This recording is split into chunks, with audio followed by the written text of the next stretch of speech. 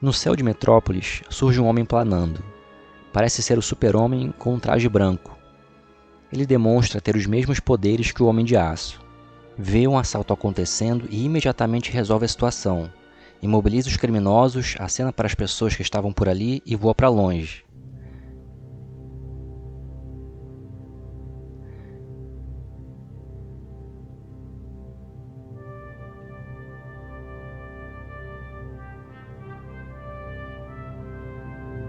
No Oriente Médio, o Super-Homem enfrenta um grupo terrorista que mantinha reféns. No terreno inimigo, ele está cercado por homens-bomba e atiradores que tentam causar algum dano através de rifles, metralhadoras e até lança-foguetes. Mesmo sabendo que o esforço seria inútil, tentam distraí-lo para sair dali com as pessoas que eles tinham sequestrado. O Super-Homem usa sua audição ampliada, visão de raio-x, visão de calor e todos os seus recursos para interceptar facilmente os terroristas, libertar os reféns e levá-los para casa. Após a missão, Clark resolve passar em Smallville. Além de visitar sua mãe, gostava de passar um tempo na fazenda. O trabalho no campo era como uma terapia. Ali é o local onde ele mais se sente à vontade. É onde ele pode esquecer, por alguns momentos, todos os problemas do mundo. Apesar de considerar seus poderes uma bênção que lhe foi dada para ajudar as pessoas, às vezes até o Super-Homem precisa de uma pausa.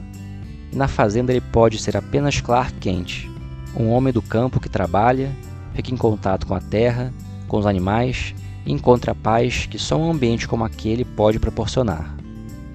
De volta a Metrópolis, Clark encontra Lois e pergunta sobre a repercussão do episódio no Oriente Médio. Ela diz que muitas pessoas aprovam esse tipo de intervenção, mas sempre tem aqueles que criticam, principalmente uma parte da mídia sensacionalista, que é financiada por pessoas cujos interesses são prejudicados pelo Super-Homem. Clark diz que já não liga para isso. Não importa quantas vidas ele salve e nem quantas vezes ele salve o mundo. Uma parcela das pessoas sempre esquecerá o que o Super-Homem já fez. Mas ele nunca vai deixar de acreditar que dar o melhor exemplo possível faz a diferença. E Lois diz que sempre terá orgulho de ser a companheira do homem mais nobre que já conheceu. E que a intervenção dele no Oriente Médio não é o assunto do momento, e sim o surgimento do que parece ser outro kryptoniano, e bem parecido com o Super-Homem, mas com uma roupa de outra cor. Clark fica surpreso. Aprendeu sobre os momentos finais de Krypton na Fortaleza da Solidão, e não havia nada sobre outros sobreviventes. Talvez alguém que tenha escapado da Zona Fantasma. Lois diz que vai investigar, falar com suas fontes ligadas ao governo. Enquanto isso, no centro de Metrópolis, surge uma criatura que começa a destruir tudo. Super-Homem chega para interceptá-lo. Trata-se do Parasita, um criminoso que se submeteu a um experimento criado pelo Projeto Cadmus e se transformou nessa monstruosidade que se alimenta da energia de outros seres vivos. Em seguida, surge o outro kryptoniano com um traje branco. Ele diz ao Super-Homem que veio ajudar, então ambos partem para cima do Parasita, que consegue absorver parte dos poderes dos dois e enfraquecê-los, o que equilibra a luta. Mas mesmo assim, conseguem derrotá-lo. O Parasita é levado de volta à prisão e a multidão aplaude os dois Super-Homens. Clark fica espantado com a semelhança entre eles e pergunta sobre a origem e nome daquele indivíduo. Ele diz que se chama Kal-El e veio de Krypton, mas de um universo paralelo. Alguns dias depois, a mídia e as pessoas estavam empolgadas com o Super-Homem branco, como ficou conhecido. Muitos diziam que era uma versão melhorada do Super-Homem, pois não se metia em conflitos internacionais e em polêmicas. Então, passou a participar de programas de TV e até mesmo comerciais. Enquanto o Super-Homem realizava inúmeros salvamentos, o Super-Homem branco estava mais preocupado em ser uma celebridade. Aos poucos, as pessoas perceberam isso, e após uma apresentação, passaram a vaiá-lo. Lois Lane segue o rastro de uma pista valiosa que uma fonte do governo lhe passou. Dizia respeito a uma nova fase de experimentos do Projeto Cadmus, mas ainda não conseguia saber exatamente do que se tratava. Depois de receber várias críticas, o Super-Homem de outra dimensão abandona seu traje branco e resolve usar as mesmas cores do Homem de Aço, original. Quando vai realizar um salvamento no centro de Metrópolis, acaba se descuidando e quase deixa algumas pessoas morrerem. O Super-Homem aparece e salva todos, Em seguida, repreende duramente o seu sósia, que começa a sentir dores de cabeça e sai voando dali. Clark e Lois se encontram. Ela diz que o envolvimento do Projeto Cadmus no surgimento desse super-homem de outra dimensão é certo, mas não conseguiu descobrir exatamente o que é, e qual a intenção por trás de tudo isso. Clark diz que essa informação já ajuda bastante e que sabe exatamente quem vai esclarecer isso tudo para ele. Mas de repente, ele escuta gritos no centro de Metrópolis. Quando chega no local, o super-homem vê o seu sósia destruindo carros e tudo o que encontra pela frente. Mas ele está diferente. Seu corpo parece estar se deteriorando.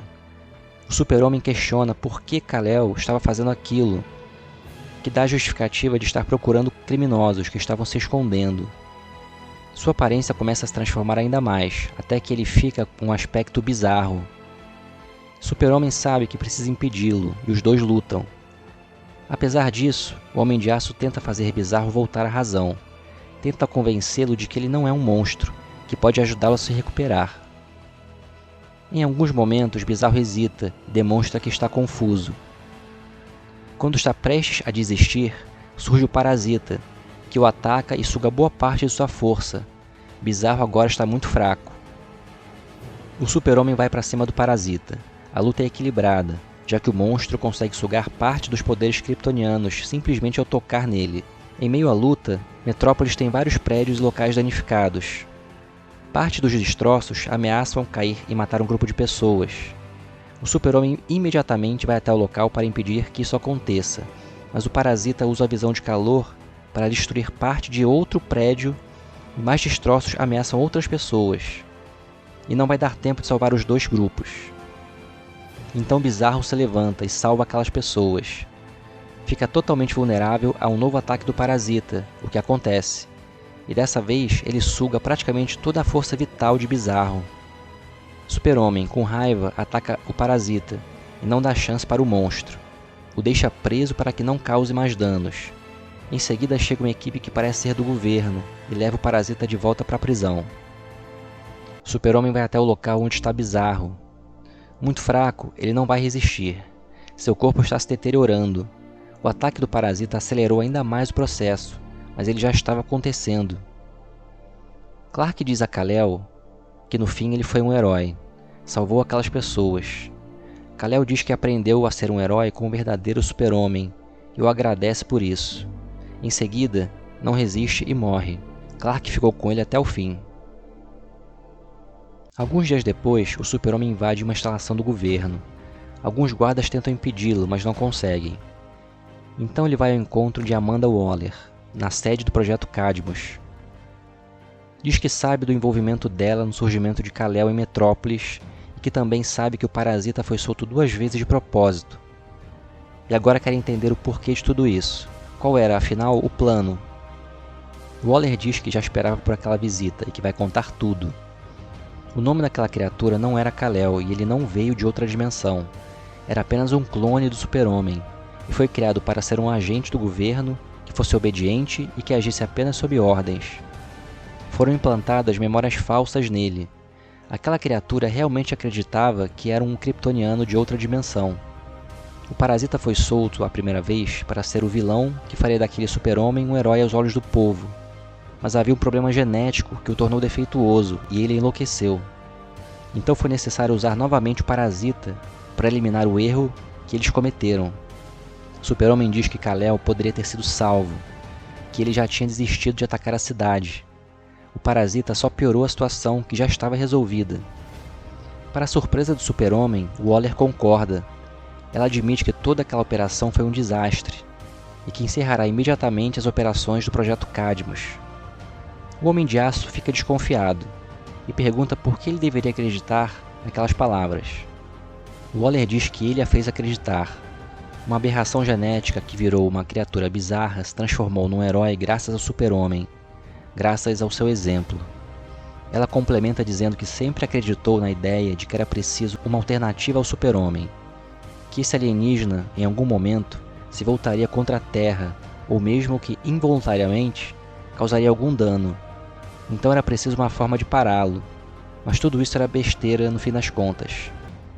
O Super-Homem é um farol de esperança em meio a todo esse cinismo que existe no mundo. E agora, assim como outras pessoas, ela finalmente consegue enxergar isso. Ele sabe que o Waller falou a verdade. Clark tem sentidos muito aguçados e consegue perceber os sinais corporais de alguém que está mentindo. E ela estava extremamente calma. E além disso, ele conhecia o perfil dela. Amanda Waller tinha vários defeitos, mas uma de suas qualidades era ser franca. Sempre falou o que pensava na cara de qualquer um. O Super-Homem dá um aceno positivo com a cabeça e sai voando. Fica feliz de ter conseguido fazer uma pessoa como Amanda Waller acreditar que um mundo melhor é possível através de bons exemplos. Mas muitos ainda não conseguem ver isso. E o Super-Homem vai continuar na luta por um mundo mais justo, onde a verdade sempre prevaleça. E não vai descansar até que a humanidade percorra um caminho de luz e esperança.